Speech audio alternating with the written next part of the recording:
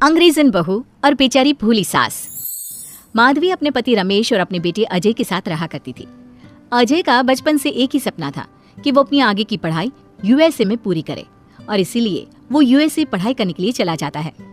3 साल बाद जब वो अपनी पढ़ाई पूरी करके आता है तो अपने बेटे के आने की खुशी में माधवी उसकी पसंद के कई तरह के पकवान बनाती है और जब घर की डोरबेल बजती है तो माधवी अपने पति रमेश को कहती है, लगता है मेरा अजय आ गया है, आप यहीं बैठना, मैं दरवाजा खोलती हूँ। माधवी जल्दी से जाकर दरवाजा खोलती है तो दरवाजे पर अजय के साथ एक लड़की को देखकर वो अजय से पूछती है, ये कौन है बेटा? माँ, ये ग्रेटी है।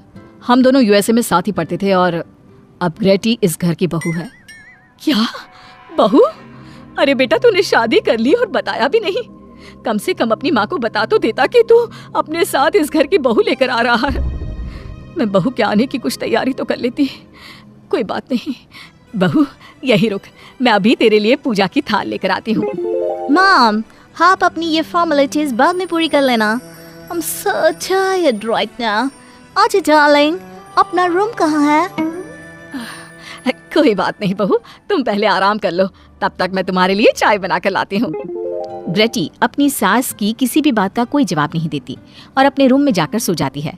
कुछ देर बाद माधवी अपने बहू बेटे के लिए चाय नाश्ता लेकर उनके कमरे में जाती है, जहाँ ग्रेटी अपनी सास से कहती है, हाँ चाय, अजय। क्या हुआ ग्रेटी? अपनी मॉम को बोलो कि अब ये जब भी हमारे कमरे में आए तो नॉक करके आए। आपसे मैं ऐसा ही करूंगी बहू। वो तो आज ही तुम दोनों आए हो तो मुझे लगा थक गए होंगे, इसलिए जल्दी जल्दी मैं ऐसे ही चाय नाश्ता लेकर आ गई। वो क्या है ना, अजय जब भी बाहर से आता है तो आते ही चाय मांगता है, बस इसीलिए मैं ना ये चाय यहाँ रख देती हूँ, पी लेना, अदरक वाली चाय है। ये बोलकर माधवी वहाँ से जाने लगती है। तभी ग्रेटी अपनी सास से कहती है, जाते हुए अपनी साथ अपनी ये चाय भी ले जाओ, क्योंकि अजय अब चाय नहीं पीता। हाँ माँ, जब से मैं यूएसए गया हूँ तब से मैंने चाय पीनी छोड़ दी है। अभी काम करो, हम दोनों के लिए कॉफी ले आओ। मैं सच में बहुत ज्यादा थक गई हूँ। अरे ठीक है, ला देती हूँ। अच्छा बेटा, तुम्हारे मम्मी पापा इंडियन है या फिर वही अंग्रेजी है? मेरे मम्मी पापा इंडियन हैं, पर मैं शुरू से यूएसए में रही हूँ, इसलिए मैं खुद को अंग्रेजी मानती हूँ। वैसे अब जल्दी से जाकर मेरे लिए कॉफी लेकर आओ और मेरे बारे में इतना ज्यादा इंक्वायरी करने का जरूरत नहीं है। अरे हाँ हाँ, अभी लाती हूँ। वैसे बहू, मैं तुम्हें ना इंडिया के सारे तौर तरीके सिखा दूंगी। अरे क्या हुआ, तुम्हारी परवरिश अगर यूएसए में हुई है तो इंडियन ही ना। आपसे ज्ञान नहीं मांगा है। अब कुछ देर के लिए हम दोनों को अकेला छोड़ दो प्लीज, हाथ छोड़ता है। अपनी बहू की बात सुनकर माधवी वहाँ से चली जाती है। माधवी का उतरा हुआ चेहरा देखकर रमेश माधवी से कहता है, हमने इस नालायक को बाहर पढ़ने के लिए भेजा था और इसने क्या किया, बाहर से अंग्रेजन बहू उठाकर ले आया। माधवी, तुम बहुत भोली हो, पर मैं नहीं, ये लड़की हमारा घर तोड़ देगी, हमसे हमारे अजय को दूर कर देगी। देखा, आते ही कैसे रोब झाड़ रही है, जैसे तुम इस घर की नौकरानी हो।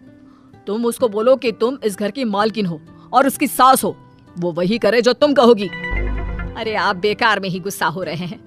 बहू यूएसए की है, यहाँ नई नई आई है, उसको यहाँ के तौर तरीके नहीं पता और वो मुझे अपनी माँ मानती है, तभी तो अपने नखरे दिखा रही है। वैसे भी ना बहू बेटी दोनों बराबर ही होती है। माधवी, कौन सी बेटी अपनी माँ से ऐसे बात करती है जैसे तुम्हारी बहू कर रही है? मैं बस तुम्हारे कहने पर चुप हूँ, वरना मैं अपने बहू बेटों को आज ही घर से निकाल देता। ये कहकर रमेश वहाँ से चला जाता है। ऐसे ही कुछ दिन बीत जाते हैं और ग्रेटी अपनी बेचारी भोली भाली सास पर अत्याचार करती रहती है। ग्रेटी अपना सारा काम अपनी सास से करवाती और उसी को भला बुरा सुनाती। ऐसे ही एक दिन माधवी कपड़े धो रही होती है और ग्रेटी माधवी को सताने के लिए अपने सारे कपड़े लाकर उसे देती है और कहती है, मॉम्स, ये मेरे कुछ कपड़े हैं, जरा इन्हें भी धो दो। इतना बोलकर ग्रेटी तैयार होकर घर से जाने लगती है। तभी माधवी उससे कहती है, बहू, आज तुम्हारे ससुर के दोस्त के घर में एक छोटी सी पार्टी है, उन्होंने सह परिवार बुलाया है। मैं चाहती हूँ कि तुम और अजय भी आज हमारे साथ वहाँ चलो और आज ना साड़ी पहनना।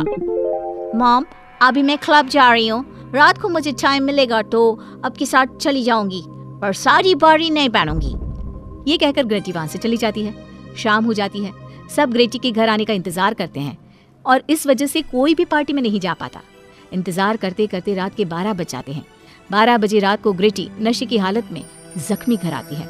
अपनी बहू के सर और हाथ पर लगी चोट देखकर माधवी परेशान हो जाती है और जल्दी से फर्स्ट एड का बॉक्स लाकर अपनी बहू के सर पर पट्टी करती है। एक माँ की तरह प्यार करते हुए वो अपनी बहू से कहती है, बहू तुझे चोट कैसे लग गई बेटा? मैं घर आ रही थी, एक बाइक वाले से मेरी टक्कर हो गई। कोई बात नहीं बेटा, कल सुबह होते ही तुझे अपने फैमिली डॉक्टर के पास ले जाऊंगी। अच्छा अब तू ना आराम कर, मैं तेरे लिए अभी हल्दी वाला दूध लेकर आती हूँ। माधवी, मैंने तुम्हें पहले ही समझाया था, ये अंग्रेजन हमारे घर के लिए ठीक नहीं है, पर तुमने मेरी एक नहीं मानी। अब देख लो, आज इस अंग्रेजन बहू की वजह से सारे मोहल्ले में हमारी नाक कट गई है। आज सब हम पर हंसते हैं और ये सब कुछ तुम्हारी वजह से हुआ है, तुम्हारी छूट की वजह से हुआ है। ये कहकर रमेश अपने रूम में चला जाता है, पर माधवी अपनी बहू की पट्टी करके उसे उसके कमरे में जाकर सुला देती है। अगले दिन माधवी ग्रेटी को लेकर अपने फैमिली डॉक्टर के पास जाती है, जहां ग्रेटी देखती है कि उस डॉक्टर की बहू ने साड़ी पहनी है और एक संस्कारी बहू की तरह घर में पूजा पाठ करके अपने सास ससुर के पैर छूकर उनका सुबह सुबह आशीर्वाद लेती है। डॉक्टर की बहू को देखकर ग्रेटी को अपना बर्ताव याद आता है और उसे एहसास होता है कि वो अपनी भोली और मासूम सास के ऊपर कितना अत्याचार करती है, पर फिर भी माधवी सबसे लड़कर हमेशा उसका साथ देती है। ये सब देखकर ग्रेटी को पश्चाताप होता है और कुछ देर बाद वो दोनों दवाई लेकर घर आती है। जब माधवी ग्रेटी को दवाई खिलाने के लिए उसके पास जाती है तो मॉम, मुझे माफ कर दीजिए, मैंने कभी भी आपके प्यार को नहीं समझा, आप पर इतना अत्याचार किया, आपकी बेइज्जती की, आपसे घर का सारा काम करवाया। आपने मुझे कितनी छूट दी, पर फिर भी मैं आपके साथ इतना बुरा करती थी। और आज जब मैं नशे की हालत में चोट खाकर घर आई तो भी आपने मुझसे कोई सवाल नहीं किया, उल्टा आपने मेरा साथ दिया, मेरी सेवा की। और जब मैंने डॉक्टर की बहू को देखा घर का काम करते हुए, अपने सास ससुर की सेवा करते हुए, तब जाकर मुझे एहसास हुआ कि मैं कितनी रॉन्ग थी। एक इंडियन होकर भी एक बहू के कर्तव्य से दूर रही और आपके ऊपर अपनी अंग्रेजी का रौब झाड़ती रही। मुझे माफ कर दीजिए सासू माँ। बेटा, अक्सर बच्चों से गलतियां हो जाती है। ऐसे भी सुबह का भूला अगर शाम को घर आ जाए तो उसे भूला नहीं कहते बहू। और मुझे बहुत अच्छा लग रहा है ये देखकर कि मेरी अंग्रेजन बहू कितनी समझदार हो गई है।